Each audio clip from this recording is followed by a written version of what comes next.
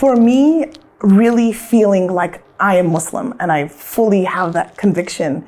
It didn't happen in one particular moment, but it was definitely an era in my life. And when I reflect upon it, it's actually pretty late in life. I was around 30 and we were, my husband and I, with our two younger kids at the time, our two older kids at the time, we were studying in Egypt.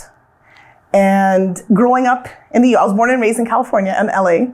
And growing up, I knew that I was brown, I knew that I was Egyptian, and I knew that I was Muslim. But how that meshed together, where did the lines, really start and stop? It wasn't super clear. I was happy to be Muslim. I understood where I came from, but there were a lot of different points along the way where I was a Muslim, alhamdulillah. When I went to Egypt, it was very interesting because now we went for a purpose. We went to learn more about Islam. We went to learn Arabic, formally, for myself at least. My husband, did much more than that, alhamdulillah. But while I was there, I'm trying to speak in the best that I can in Ammiya, in colloquial Egyptian Arabic. And I have an accent, of course. I have an American accent.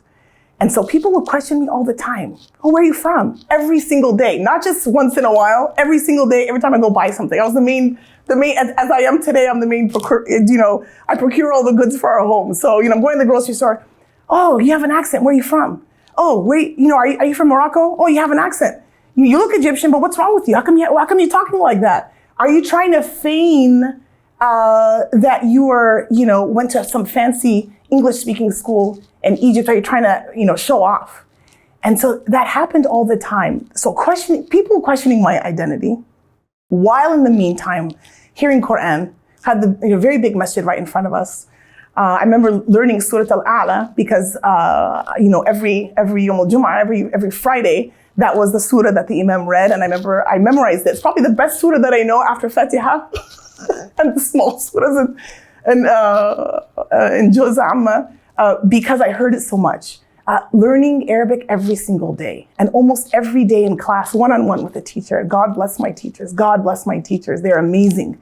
It was like a tarbiyah session almost every day, a point of spiritual development, personal growth. I probably fasted the most outside of Ramadan during that time. We'd walk to school in the sun and we'd be fasting. Now it's like, oh, I might get a headache, so I'm probably not going to fast extra day. In Egypt, we just did it. We had a lot of other Western students that were there. We would conglomerate in our home. We'd have coffee. And so we were constantly surrounded by people who were seeking knowledge for the sake of Allah subhanahu wa ta'ala, the best people, subhanAllah. May Allah subhanahu wa ta'ala bless all of my friends that I made there, all of my teachers. It was a real learning, not only about my religion, but about myself. So people questioning, who am I? I'm learning about Islam. I'm actually able now to kind of get a little bit deeper and dig into some of my doubts. Not alhamdulillah about Allah subhanahu wa ta'ala, and that would have been okay if I did, but understanding there's some things that didn't settle in my heart. And I finally came to a place while I was studying that I may not understand everything, but I trust Allah subhanahu wa ta'ala deeply. I don't have these why does Allah say this? What is that verse in the Quran? I don't know. I feel unsettled. I deeply felt, I may not have the exact answer, but I trust and I love Allah subhanahu wa ta'ala. That formative 3 years in Egypt, it truly changed me. And I remember when I left and I came back, I was like, yeah, I'm American, I'm Egyptian, but I'm definitely Muslim, and that's what matters. If you're benefiting from this content, then please make sure to click subscribe and make sure that you turn on your notifications.